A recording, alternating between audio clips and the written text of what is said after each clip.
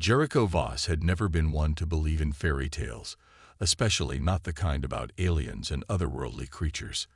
A salvage pilot by trade, he spent most of his days drifting through the cold, uncharted corners of space, searching for abandoned ships or derelict stations that might yield valuable scrap.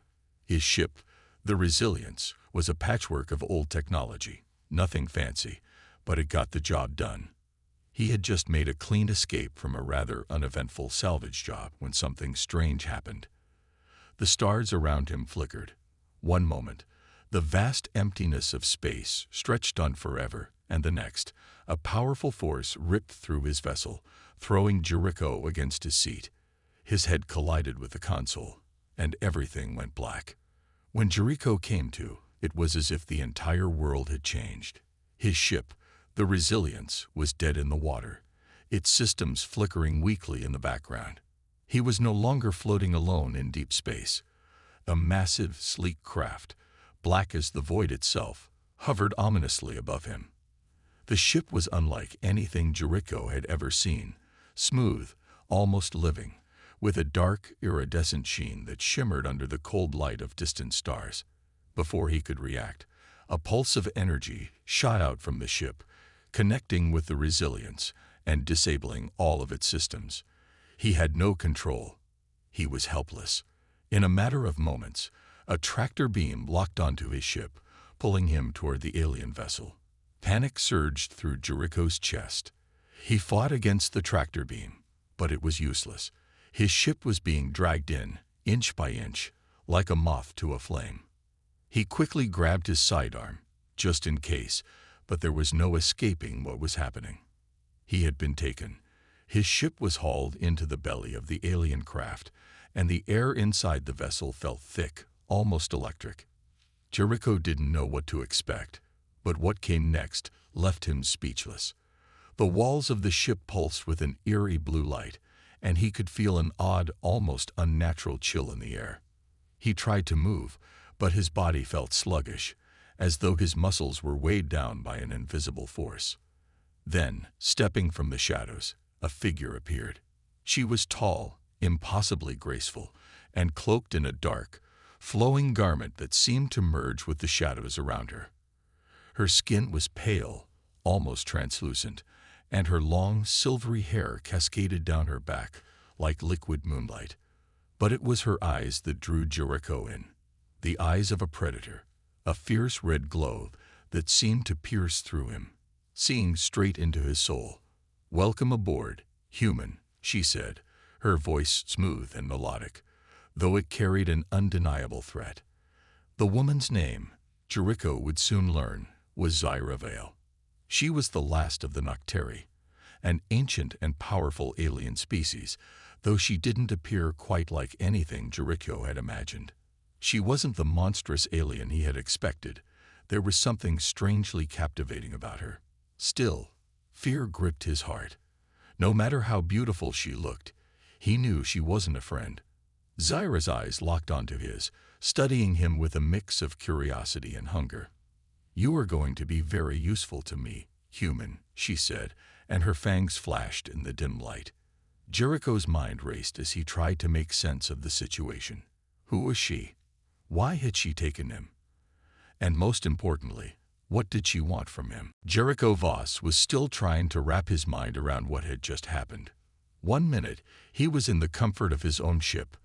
The next, he was dragged across the galaxy and trapped in a strange alien vessel. The woman, Zyra Vale, was standing in front of him, her piercing red eyes watching his every move. Despite her beauty, something about her felt off. She was like a predator, and Jericho was the prey. He had been a salvage pilot for years, used to dealing with the dangers of deep space, but this was unlike anything he had ever faced. Zyra's every movement was deliberate and fluid, like she was part of the very shadows that clung to the walls of the ship. Her skin was so pale it almost glowed in the dim light, and her silvery hair seemed to shimmer as though it had a life of its own. Jericho couldn't help but feel a shiver run down his spine as she stepped closer. Her beauty was captivating, but it was the way she moved, the way she looked at him, that made him uneasy. "You're not like the others," Jericho muttered, his voice hoarse from the shock of what was happening. He was still trying to process the gravity of the situation, but one thing was clear. Zira wasn't just some random alien. She was dangerous.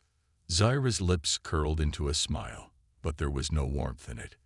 "You're quite observant for a human," she said, her voice soft, almost hypnotic. "I've been watching you since the moment I boarded your ship. You are unlike the others." Her eyes glowed a little brighter as she spoke. "Your energy. It's different." Jericho's brows furrowed. "Energy." Zira nodded, stepping closer again. "You see, I am part of a dying race, one that feeds on the bioenergy of others. My people, the Nocteri, have been lost to our hunger for centuries. But there is something about you, human, that intrigues me. Something in your blood that may just be the key to saving us all." Jericho took a step back, his heart pounding. "What do you mean, feed on energy?" Zira's expression didn't change. "I don't just take life force from others," she said slowly, her eyes narrowing, as if she were weighing his worth. "My kind consumes it, and in doing so, we grow stronger, more powerful. We feed on the essence of life itself." She paused, letting the weight of her words sink in. "But I am different. I do not wish to continue this cycle. Not anymore." Jericho felt a flicker of confusion. "So, you're saying, you don't want to feed on me?" Her lips pressed into a thin line, and for a moment, she looked almost vulnerable. "No," she replied softly. "I don't. But I need something from you, human. Your biosignature, your life force. There is something in it that could help me. Something that could stop the hunger, cure the Nocteri, and save my people." Jericho's head was spinning. He had always believed in the idea of aliens, sure, but he never imagined something like this. A space-faring vampire. A race of creatures that needed to feed on life to survive. And now this woman, Zyra Vale, was standing in front of him, telling him that he might hold the key to saving her entire species. It didn't make sense, but something in her eyes told him she was being honest. As much as he didn't want to believe it, he couldn't shake the feeling that there was more to her than just a predator. Despite everything, despite her strength, her power, and her dark nature, there was something else there. A flicker of hope, of desperation, maybe even a little kindness buried deep within. And that, Jericho realized, was the one thing that made him hesitate. He wasn't sure what was going on, but there was no doubt about one thing. His life was in her hands, and what came next would change everything. Jericho was having a hard time processing everything Zyra Vale had said. He had always considered himself a man of reason, grounded in the practicalities of space salvage, where the oddities of the universe were just background noise. But now, standing in the heart of an alien ship with a self-proclaimed space vampire, everything he thought he knew seemed irrelevant. His mind was racing as he tried to make sense of it all. Zyra had given him a glimpse of her world, one he hadn't asked for, but was now unwillingly tied to. Her kind, the Nocteri, had once ruled an empire that spanned countless star systems. They were powerful, feared by all. But all that power came at a cost. They fed on the energy of others. Jericho had no idea what that really meant at first, but he was beginning to understand. Her hunger was not just for food, not for blood or flesh. It was deeper, more primal, a need to consume the life force of living beings. And now she was telling him she was trying to change all of that. Zyra's words echoed in his mind. "I do not wish to continue this cycle. Not anymore." But how could he trust her? The cold, unnerving power in her eyes, the way her voice had dipped with a barely controlled hunger when she spoke about feeding, it didn't match the remorse she was now showing. He didn't know if she was truly trying to save herself and her people, or if she had some twisted plan to use him for her own gain. Jericho didn't trust easily, and the stakes were too high to let his guard down. He couldn't help but ask, "If you're different, why not just let your people die off? Why not let nature take its course?" Zyra's eyes flared with anger, but she quickly contained it. "You don't understand. We are not like your species. We were not born to be savages, to consume without thought. We were once noble, strong, before the hunger consumed us." She paused, her expression softening as she looked away. "But now we are dying. The hunger is all-consuming, and it's tearing us apart. My people are no longer the beings we once were."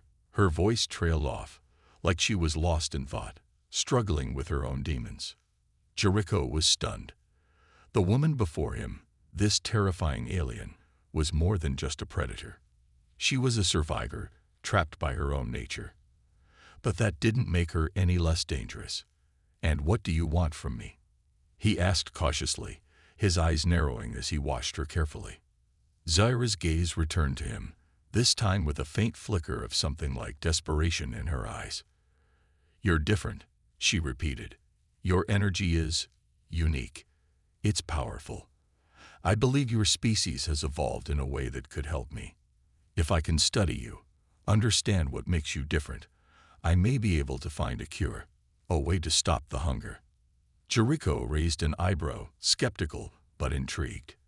"And if I refuse?" Zaira stepped closer, her movements almost predatory, yet there was something softer about her now. "Then I will have no choice but to force you. But I don't want to do that." She was silent for a moment, her gaze searching his face for any sign of weakness. "I need your help, Jericho. If you refuse, it could mean the end for both our species." Her words hung in the air, thick with the weight of her meaning. Jericho didn't know what to say. He could feel the tension building, like he was standing on the edge of a precipice, and he wasn't sure which way to jump. He wanted to hate her, to think of her as nothing more than a dangerous alien who had taken him hostage. But the more he looked into her eyes, the more he began to see something else, a flicker of humanity, or at least a desire for it. Jericho sighed, rubbing his temples as he tried to think. "I don't know if I can help you, but I'll listen. For now." Zaira's eyes softened, just a little. "That's all I ask." As the days passed aboard Zaira Vale's ship, Jericho's world grew even more uncertain. He had been taken from the safety of his own ship and thrust into an alien world, with a strange, dangerous woman as his only companion. Her name, Zaira, had become synonymous with both fear and curiosity in his mind. She was unlike anything he had ever imagined, beautiful and terrifying, a predator caught in a struggle to save her own kind. It was on the third day of their journey, as the stars stretched endlessly around them, that Zaira finally opened up fully. Jericho had seen her at her most dangerous, and now he was seeing a different side of her, a side that showed the weight of her race's curse. "I was born into a dying world," she began, her voice quiet, almost distant, as if she was speaking more to herself than to Jericho. "The Nocturi were once rulers of countless star systems, our empire stretching from one galaxy to the next. We were revered, powerful, but we weren't always like this. We weren't always predators." Jericho leaned against the wall, watching her carefully. There was a sadness in her voice that he hadn't noticed before, something that didn't match the cold, calculating woman who had taken him hostage. "What happened?" he asked softly. Zaira's gaze darkened as she recalled the past. "Our hunger, Jericho. We were cursed with it from the beginning. Our thirst for life force. It's not something that can be controlled, not for any of us. But in the beginning, we didn't need to feed on others. Our kind lived harmoniously with the universe, taking only what was necessary. But over time, as our empire expanded, so did our hunger.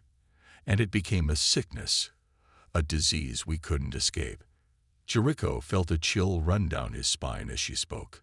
He had always thought of the Nocturi as simply another alien race, nothing more than creatures of legend and myth. He hadn't known the truth, how their own hunger had doomed them to a fate worse than death. "So you're saying your entire species is dying because of this?" he asked, struggling to understand. Zaira nodded, her eyes clouded with regret. "Yes, the hunger grows stronger every year, and it's tearing us apart.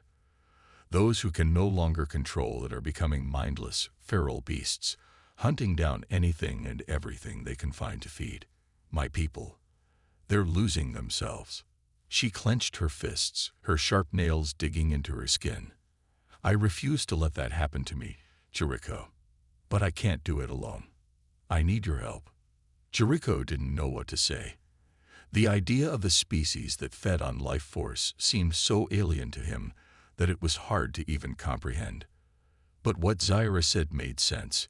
He could see the pain in her eyes, the way she seemed to carry the burden of her people's fate. I don't understand how I can help you, Jericho admitted. I'm just a human. What makes me so special? Zaira turned to face him, her expression softening for the first time since he had been taken aboard her ship. That's just it. You're human. Your species. You're different. Your energy. It's unlike any other I've encountered. It's strong, stable. I believe your biology may hold the key to stopping the hunger. But I can't be sure yet. I need to study you, Jericho. I need to understand why your energy is so unique. Jericho took a step back, trying to process her words. So, you want to experiment on me? He asked, suspicion creeping into his voice. Zira's eyes darkened, and for a moment, Jericho saw the predator within her. It's not like that, she said, her voice cold. I don't want to harm you. But I need to understand how your species works, how you can resist the hunger that my people can't. Jericho was torn. He had no idea whether he could trust her, but there was a part of him that believed her. She wasn't the monster he had first thought her to be. In her own way, she was just as much a victim of her circumstances as he was. Fine, Jericho said at last, his voice steady. I'll help you. But only because I believe you're not lying to me. Zira's expression softened for a moment, a flicker of gratitude in her eyes. Thank you, Jericho. You don't know what this means. In that moment, Jericho realized that his journey was no longer just about survival. It was about something bigger. He didn't know what the future held, but he knew one thing for sure. His life was intertwined with Zira's, and the fate of both their species rested in their hands. The days aboard Zira Veil's ship began to blend together in a haze of uncertainty. Jericho was no longer just a prisoner. He had become something else entirely, caught in the whirlwind of Zira's desperate mission to save her people. She had taken him into the depths of her vessel, to a place that seemed to pulse with a strange, almost alive energy. It was a lab, hidden deep within the ship's bowels, filled with equipment Jericho could barely comprehend. He hadn't expected this. The sterile, cold environment of a lab wasn't what he had imagined when he first thought of alien ships. But the more he observed Zaira, the more he saw how much she was trying to maintain control. There was a quiet intensity about her as she worked, her eyes constantly scanning the data on her screens, her fingers moving swiftly over the controls. Jericho had been reluctant to cooperate at first, but something about her focus, her determination, made him rethink his position. I need your cooperation, Jericho, Zaira said one evening, her voice steady as she tapped away at the console. She was so absorbed in her work, she didn't even look at him when she spoke. The energy in your body, the way your cells work, it's unlike anything I've encountered before. I need to understand it. Jericho leaned against the wall, watching her with a mixture of curiosity and suspicion. You've been saying that for days now, he said, his voice rough. But you never explain exactly what you plan to do with all this data. Are you just using me for some kind of experiment? Zira stopped what she was doing and finally turned to face him. Her eyes were dark, her expression unreadable. It's not an experiment, she said, her tone softening for just a moment. I'm trying to save my people. We're dying, Jericho. We need to find a way to stop the hunger. If we don't, we'll become nothing more than mindless feral creatures. Jericho nodded slowly, the weight of her words sinking in. And you think my energy will help? I know it will, Zaira replied, her voice firm with conviction. She seemed so sure, so desperate for the answer. Jericho had no reason to doubt her. He had seen the truth in her eyes, the flicker of humanity that lay beneath the surface of her cold, alien exterior. He didn't know if his own energy could help, but he was willing to see it through. "All right," he said finally, his voice steady. "What do you need me to do?" Zira gave a small nod, a glimmer of approval flashing in her gaze. "I've set up a series of scans that will measure your energy signatures, your biofields. I need you to lie down on the table. It will only take a few minutes." Jericho hesitated for a moment, looking at the table in question. It looked harmless enough, but he knew better than to trust appearances. Still, he didn't have much of a choice. His eyes met Zira's, and there was a silent understanding between them. If he wanted to help her, he had to trust her, at least for now. He lay down on the table, his mind racing with questions, but he kept his mouth shut. Zira began to operate the machine, and as it hummed to life, he felt a strange sensation, almost as if the air itself was thickening around him. The screens lit up, displaying a series of lines and patterns that meant nothing to Jericho, but he could tell from Zira's focused expression that it was exactly what she needed.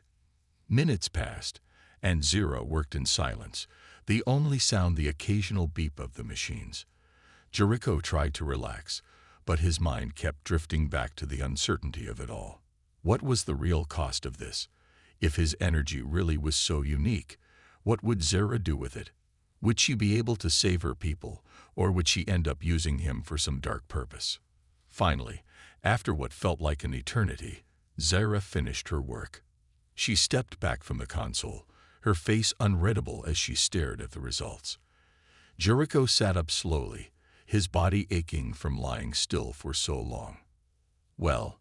he asked, his voice tinged with impatience. Zira turned to face him, her expression hard to read. "Your energy," she began slowly, "it's stronger than I thought. There's something different about it. Something pure." Jericho's heart skipped a beat. "What does that mean? Is it enough to help your people?" Zira didn't answer right away. Instead, she stared at the screens in deep thought, her brow furrowed in concentration. Finally, she looked back at him, her eyes dark and intense. "It's not enough yet, but it's a start." Jericho didn't know whether to feel relieved or worried. It was clear they were both in uncharted territory, and he had no idea where this path would lead.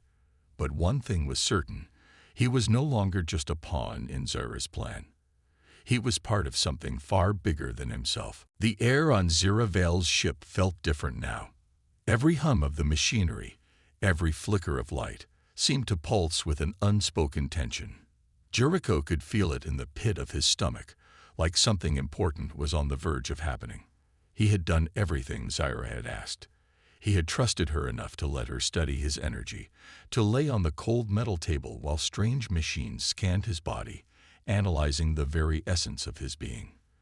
But now, as the days passed and the results piled up, Jericho began to wonder if he had made a terrible mistake. Zira had become more distant in the last few days, more absorbed in her work. He could see it in the way she moved, the way her eyes flickered over the screens, searching for something he couldn't understand.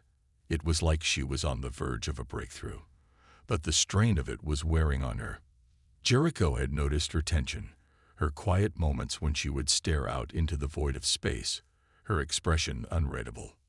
"Zira," Jericho called one evening, breaking the silence that had settled between them. She looked up, her face drawn and tired. Her once steady gaze was clouded with something that Jericho couldn't name. "What is it?" she asked, her voice softer than he was used to. "I've been helping you for days," Jericho said, crossing his arms. "But you're not telling me what's really going on. What's going to happen to me? What happens if your people can't be saved?" Zira looked at him for a long moment before she finally spoke. "I didn't want you to feel like you were just part of some experiment," she said quietly. "But the truth is, we are running out of time. The hunger is getting worse, Jericho. Every day, my people lose a little more of themselves. If I can't find a cure soon, the entire Nocteri race will be lost." Jericho nodded slowly, trying to process the weight of her words. He had known this was serious, but hearing it from her, seeing the pain in her eyes, made it all the more real. "And you think I can help them?" Zura paused, her lips pressed into a thin line.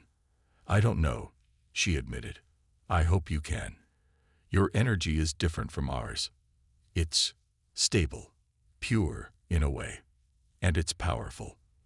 But I can't be sure what the consequences will be until we test it further. Jericho felt a shiver run down his spine. Test it? What do you mean by that?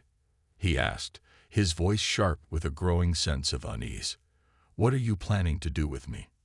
Zura's eyes darkened, and for a moment, Jericho saw a flicker of something dangerous in her gaze. She stepped closer, her tone low and measured. The tests I've conducted so far have shown that your energy has the potential to reverse the effects of the hunger, Jericho. But the process is not without risks. If it works, it could cure my people. If it fails, she trailed off, leaving the unspoken threat hanging in the air. I'm not sure what will happen to you.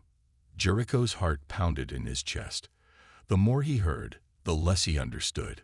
What do you mean, if it fails?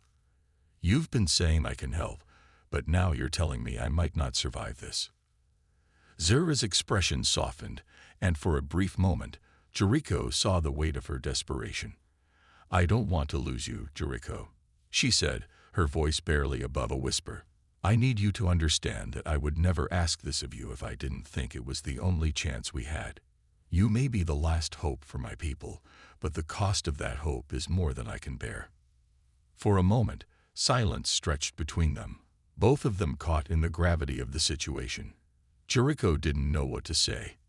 His mind raced with possibilities. Could he trust Zura? Could he risk everything for her people, for a species that had enslaved him?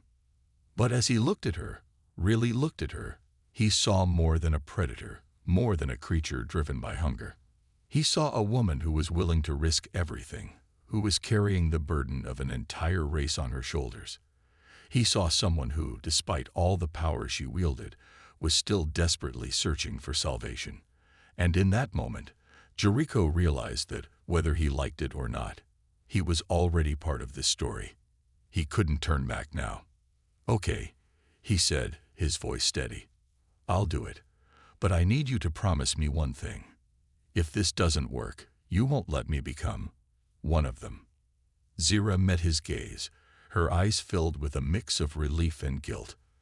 I promise, she said softly, her voice thick with emotion. I won't let that happen. And as the ship hummed around them, Jericho knew that whatever came next, his fate was sealed. The line between hope and sacrifice had blurred, and he was about to take a leap of faith into the unknown. The tension on the ship was palpable as the moment of truth approached. Jericho stood in the cold, sterile lab, his heart pounding in his chest as Zura Vale prepared for the procedure. She moved around the room with the precision of a scientist, but there was a tremor in her hands that didn't go unnoticed. Jericho could see it, the weight of her choices pressing down on her, the responsibility of saving her people resting on her shoulders.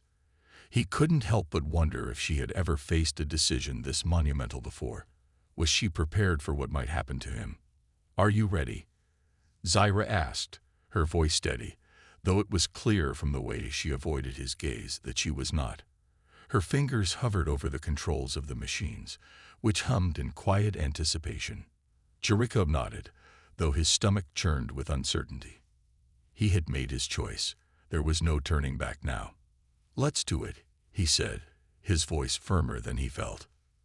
Zura glanced at him, her dark eyes flickering with a mix of gratitude and fear. She gestured for him to lie down on the table again, the same one he had been on for the past few tests.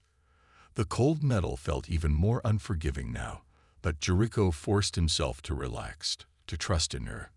He had already come this far. As he lay back, Zura activated the machines with a smooth, practiced motion. The room around him seemed to pulse with the hum of energy, and Jericho felt a strange, tingling sensation start to spread across his skin. He had felt it before, but this time it was stronger, more intense. His heart beat faster, and his breath quickened. He closed his eyes and tried to steady himself. This was it. Zura watched him closely, her eyes darting between the readings on the screens and his face. You're doing great, she said, though the words sounded almost automatic, like she was trying to convince herself as much as him. Jericho clenched his fists, trying to keep his mind clear. But the sensation in his body grew more overwhelming with each passing second. His energy, this strange, pure energy that Zira had been studying, seemed to flare to life, thrumming through him. It was like something inside him was waking up, something deep and primal. He felt an ache in his chest, a hunger he couldn't explain. It was as if his very essence was being pulled from him, drawn out by the machines, by Zira's need. Zira, Jericho gasped, his voice shaky as the pressure in his body grew stronger. What's happening to me? Zira's eyes widened, her focus snapping back to him. She quickly adjusted the settings, her hands flying over the controls. You're fine, she reassured him, though there was a hint of panic in her tone. Just stay with me, Jericho. The process is difficult, but it's necessary. The tingling sensation shifted to a burning, a fire inside him that threatened to tear him apart. His muscles tensed, and he felt his breath catch in his throat. Was this normal? Was this part of the process, or was something going wrong? Jericho's vision blurred, and he gritted his teeth, trying to fight the rising wave of pain. The hunger inside him, no, it wasn't his hunger, grew sharper, more insistent. It felt like his energy was being siphoned away, consumed by something far more powerful than he was. Zira, stop, Jericho gasped, his voice filled with panic. It's too much. But Zira was too focused on the readings to hear him. She had locked her gaze on the monitors, her face pale with concentration. Hold on, Jericho, she muttered, more to herself than to him. We're almost there. The room felt smaller, the walls closing in as Jericho fought against the overwhelming sensation that threatened to overtake him. His breath came in ragged gasps, his body trembling as if he were on the edge of collapse. It was too much, too fast. Was this the end? Just as he thought he couldn't take any more, the pressure began to ease. The fire inside him dimmed, and the burning sensation faded.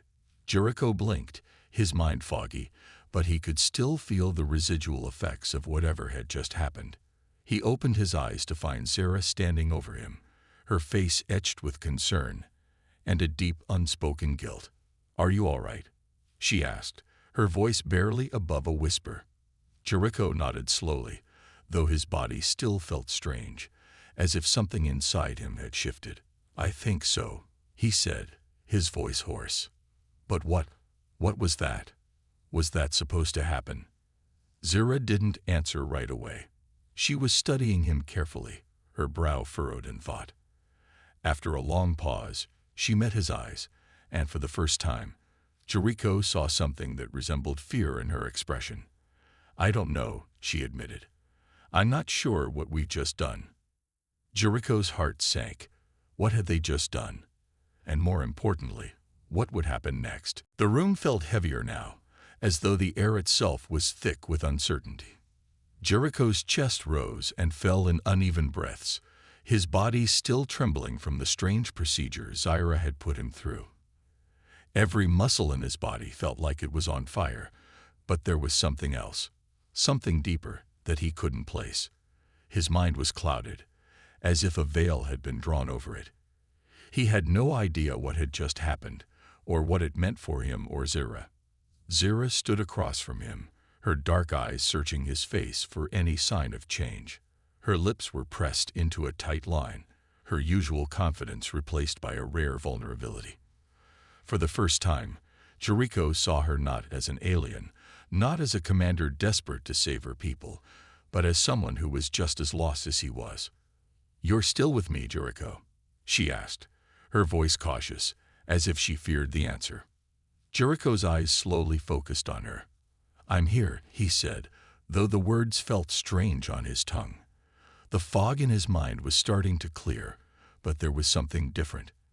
His thoughts were sharper, but they also felt distant, as if they belonged to someone else.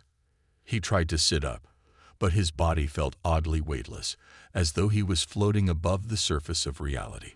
It took every ounce of effort to stay grounded. "I don't know what just happened," he muttered, his voice laced with confusion. "What did you do to me?" Zira's expression flickered with a flash of regret, but she quickly masked it. "I don't know what happened either," she admitted. "It should have worked. The readings were perfect. She paused, searching for the right words. The energy should have flowed seamlessly, reversing the effects of the hunger, but something changed. Jericho's brow furrowed as he tried to understand. "Change," he repeated. "What do you mean? How?" Zira hesitated, and then the truth spilled from her lips, heavy with the weight of something unspoken. "When your energy entered the system, it didn't just stabilize the hunger. It amplified it." Jericho's heart skipped a beat. "Amplified?" he asked, the word feeling like a dagger in his chest. He suddenly felt a rush of fear, his pulse quickening. "What does that mean for me? What does it mean for you and your people?"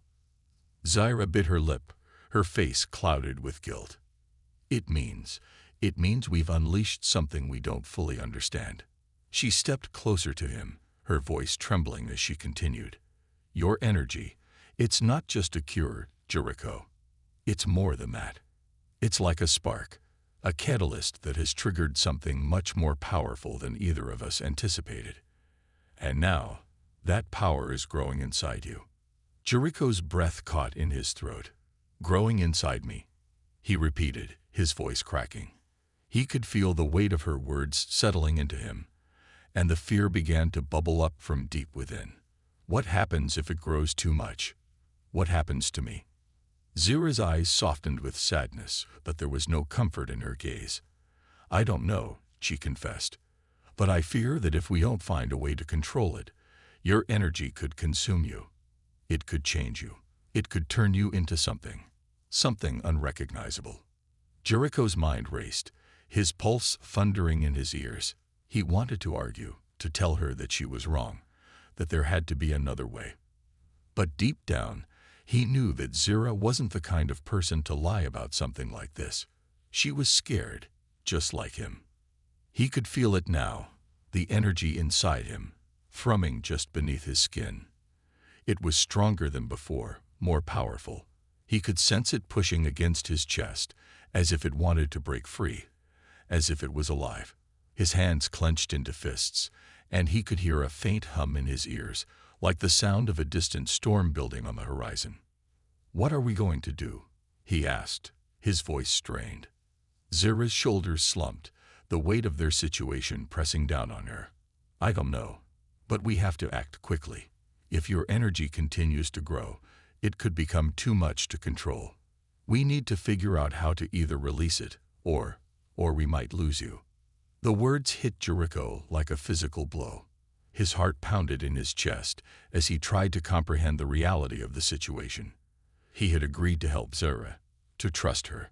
But now it felt like he had stepped into a trap, one that he couldn't escape. The very thing he had hoped would save her people might be the very thing that destroyed him. "I didn't ask for this," he whispered, more to himself than to Zira. She stepped forward, her face soft with sympathy. "I know you didn't, Jericho. But right now, you're the only one who can help, and I won't let you face this alone. We'll figure this out together." The ship felt colder now. Every sound was magnified in the eerie silence that had settled between Jericho and Zira. They were both on edge, the weight of their situation pressing in on them from every side. Jericho could feel it, the power inside him, growing stronger by the minute. It pulsed like a heartbeat, like it was alive and waiting for something. He could feel it deep in his bones, an insistent pressure that made his chest tighten and his muscles ache. It was only a matter of time before it would reach its peak. But what would happen then? He had no idea, and that scared him more than anything. Zira had been working tirelessly, trying to figure out how to control the energy coursing through him. But with each passing hour, the situation seemed to slip further out of their grasp. The data from the machines had shown that the energy inside him was unstable, unpredictable. It wasn't just the hunger that had been amplified. It was everything. The energy had taken on a life of its own, and no one, not even Zyra, knew how to stop it. "Jericho," Zyra said, her voice barely a whisper. She stood beside him, her face etched with worry. "I think I've found a way to release the energy. We could separate it from your body." But she hesitated, the words hanging in the air. "But the process is risky. It might not work. And if it doesn't, the energy could tear you apart." Jericho's heart skipped a beat. He looked into her eyes, seeing the uncertainty reflected there. She was giving him an option, an impossible choice, but he didn't know if he was strong enough to make it. "You're telling me there's a chance I won't survive this," Jericho said, his voice tight. He had never imagined his life would end this way. A part of him had always thought he would make it out alive, that he would go back to Earth and live the life he had before this alien nightmare had begun. But now he wasn't so sure. Zyra nodded slowly, her lips trembling with the weight of her words. "Yes. But if we don't try, you won't survive anyway. The energy inside you is growing too powerful. We can't risk letting it keep building." Jericho closed his eyes, the pressure in his chest growing more unbearable with every passing second. His life was on the line, and so was Zyra's, and the fate of her entire people hung in the balance. He had already come so far, given so much. He had trusted Zyra, believed in her mission. But now, as the moment of truth approached, he wasn't sure if he could trust himself to make the right decision. "What if I fail?" Jericho asked quietly. "What if I can't control it, or worse, what if the energy takes over completely?" Zyra's hand gently rested on his shoulder, her touch warm and reassuring.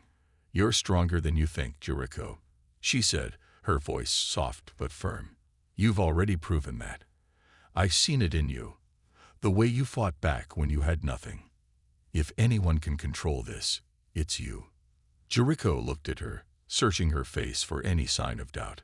But all he saw was determination, the same fierce resolve that had led her to fight for her people, to risk everything to save them. He saw a woman who was willing to sacrifice everything, even herself, if it meant a chance at salvation.